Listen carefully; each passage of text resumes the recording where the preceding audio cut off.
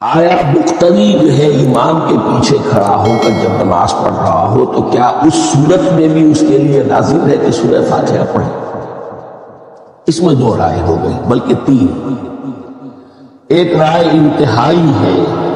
اور وہ فقہ حنفی کی طرف منسوب ہے کہ اگر آپ امام کے پیچھے مقتدی کی حیثیت سے نماز پڑھ رہے تو کسی بھی رکعت میں آپ سورہ فاتحہ نہیں پڑھیں۔ ایک دوسری بالکل برعکس رائے ہے، وہ امام شافعی رحمۃ اللہ علیہ کی ہے کہ ہر حالت میں چاہے امام جہری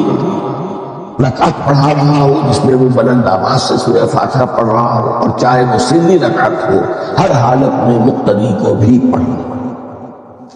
ایک تیسری رائے بین ہے، وہ امام مالک کی ہے رحمۃ اللہ علیہ، کہ جو سری رکعت ہے اس میں کہ امام بھی خاموشی سے پڑھ رہا ہے، مقتدیوں کو بھی پڑھنی چاہیے۔ جو جہری رکعت ہے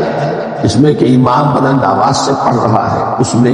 مقتدیوں کو خاموش رہ کر پوری توجہ جو ہے سننے پر صرف کر دینی چاہیے۔ اذا قرئ القرآن فاستمعوا له وانصتوا، جب قرآن پڑھا جا رہا ہو تو پوری توجہ اس کے پڑھنے پر مرکوز کر دو اور خود خاموش رہو۔ میرے اپنی رائے میں یہ تیسری رائے سب سے زیادہ سائز ہے اور اس میں کسی طرح کی بھی کوئی پیچیدگی پیدا نہیں ہوتی۔ دیکھیے سورہ فاتحہ پڑھنا چاہیے، جہر میں بھی پڑھنا چاہیے اور سر میں بھی پڑھنا چاہیے، خاموشی میں پڑھنا چاہیے، اور جب امام قرات کرتا ہے تب بھی آپ پڑھ سکتے ہیں۔ اور اکثر اگر آپ شافعی مسجد وغیرہ آپ دیکھیں تو وہ لوگ پاس طریقہ یہ ہوتا ہے سورہ فاتحہ پڑھ کے رک جاتے ہیں اور تھوڑا وقفہ دے دیتے ہیں، پھر لوگ اپنا پڑھ لیتے ہیں، پھر وہ کنٹینیو کرتے ہیں۔ اگر کوئی امام ایسا نہ بھی کرے تو امام جب پڑھتا ہے تو آپ پیچھے اس کا ہلکا ہلکا پیچھے پڑھ لے سکتے ہیں اس کے پیچھے، کیونکہ جو مسئلہ ہوا تھا مسئلہ یہی تھا، ایک صحابی تھے وہ نبی اکرم صلی اللہ علیہ وسلم کے ساتھ پورا قرآن پڑھتے تھے پیچھے، اور ایک مرتبہ وہ پڑھ رہے تھے، نبی اکرم صلی اللہ علیہ وسلم کو ان کی آواز آئی، اتنے تیز پڑھ رہے تھے کہ آپ کو مغالطہ ہو گیا، مطلب آپ نے گڑبڑ کر کے اپنی پڑھی۔ پھر آپ نے نماز کے بعد پوچھا کیا تم میں سے کوئی شخص میرے پیچھے قرآن پڑھتا ہے؟ تو انہوں نے کہا ہاں میں پڑھتا ہوں۔ تو کہا مت پڑھا کرو سوائے سورہ فاتحہ، مطلب وہ پورا پڑھتے تھے تو کہا مت پڑھا کرو سوائے سورہ فاتحہ۔ تو پتہ چلا آپ سورہ فاتحہ پڑھ سکتے ہیں، لیکن یہ دعا کا جو مسئلہ ہے یا سورہ فاتحہ کا مسئلہ ہے اس کو آپ بحث کا جھگڑے کا موضوع نہ بنائیں، علم کا موضوع ہے۔ اگر آپ علم حاصل کرتے ہیں ایسا علم حاصل کریں، آپ عمل کریں، جو آپ سے پوچھتا ہے اس کو سمجھانے کی کوشش کریں، اس کو اپنا وہ نہ بنا دے علامت کہ ہم لوگ یہی کام کرتے پھر کہ سورہ فاتحہ پڑھواتے اور دعا نہیں کرواتے، بلکہ یہ مسئلہ ہے آپ نے جانا آپ عمل کریں، ٹھیک ہے؟ تو مسئلہ یہ ہے سورہ فاتحہ پڑھنا چاہیے، اور اجتماعی دعائیں بہت کم موقع پر ثابت ہیں۔ اگر کوئی جاری نماز امام کے پیچھے پڑھ رہا ہے، جب وہ نماز شروع کرتا ہے تو اس کو ثنا پڑھ کر خاموش ہو جانا چاہیے یا اس کو تعوذ اور تسمیہ بھی پڑھنا چاہیے؟ اور اگر کوئی سری نماز امام کے پیچھے پڑھ رہا ہے تو سورہ فاتحہ بھی پڑھنی چاہیے یا پھر کتنا پڑھنا چاہیے؟ جہری نماز ہو یا سری نماز ہو، آپ ثنا پڑھ کے امام کے پیچھے خاموش ہو جائیں۔ قیام میں اس کی دلیل حدیث ہے، رسول اللہ صلی اللہ علیہ وسلم نے فرمایا، بحقی کی حدیث ہے، من کان لہ امام فقراءۃ الامام لہ قراءۃ، جس شخص کا کوئی امام ہو تو آپ نے فرمایا امام کی قراءت مقتدی کے لیے کافی ہے، اور ناصر الالبانی رحمہ اللہ نے اس حدیث کو صحیح قرار دیا۔ اسی وجہ سے ناصر الالبانی جو تھے ان کا اپنا بھی مذہب یہی تھا کہ جہری نمازوں میں بہرحال امام کے پیچھے مکمل خاموشی ہوگی، البتہ وہ سری نمازوں میں کہتے تھے کہ امام کے پیچھے فاتحہ پڑھی جائے گی، اور اس کی دلیل وہ یہ دیتے تھے کہ وہی جو مشہور حدیث ہے بخاری مسلم کی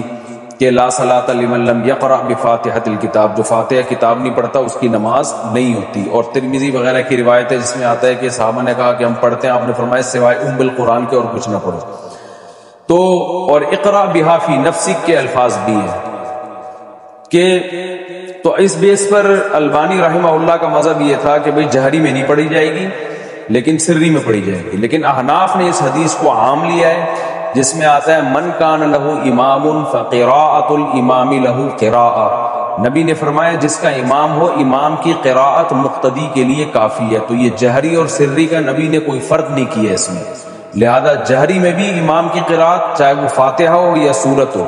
وہ مقتدی کے لیے کافی ہے، سری میں بھی کافی ہے۔ رہا یہ مسئلہ کہ حدیث میں جو آتا ہے کہ اقرا بہا فی نفسک، سورہ فاتحہ کے بارے میں آتا ہے دل میں پڑھو، تو ہم کہتے ہیں دل میں پڑھنے کا مطلب اس کے معنی اور مفہوم میں آپ سورہ فاتحہ کے بارے میں غور کر سکتے ہیں، زبان سے نہ پڑھیں آپ۔ اس طرح سے تمام روایتوں میں تطبیق ہو جاتی ہے۔ رہا یہ مسئلہ کہ نبی صلی اللہ علیہ وسلم نے یہ جو فرمایا کہ جو فاتحہ نہیں پڑھتا اس کی نماز نہیں ہوتی، تو صحیح مسلم میں پوری حدیث ہے، اس میں آگے آتا ہے من لم یقرأ بفاتحۃ الکتاب فصاعدا۔ سلیمان الاعمش ایک مشہور راوی ہیں، انہوں نے ان الفاظ کا اضافہ کیا ہے، اور امام مسلم نے اس حدیث کے بارے میں صاف کہا ہے تريد احفظ من سلیمان، کہ سلیمان الاعمش کا اضافہ یہ مقبول ہے۔ اس کے الفاظ ہیں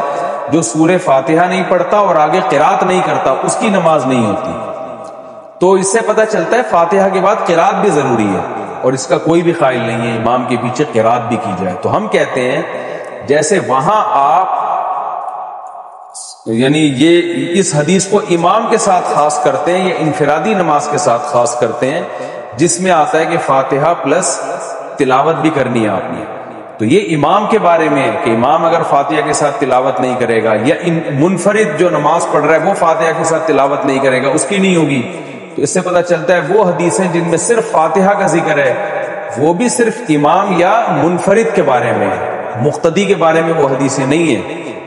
مقتدی کے بارے میں یہ صحیح حدیث ہمارے پاس موجود ہے، من کان لہ امام، جس کا کوئی امام ہے، فقراءۃ الامام لہ قراءۃ، امام کی قراءت اس مقتدی کے لیے کافی ہے۔ تو جہری سری دونوں کو شامل ہے، لہذا آپ سے صرف وہ پڑھیں، ثنا پڑھیں اور خاموش رہیں۔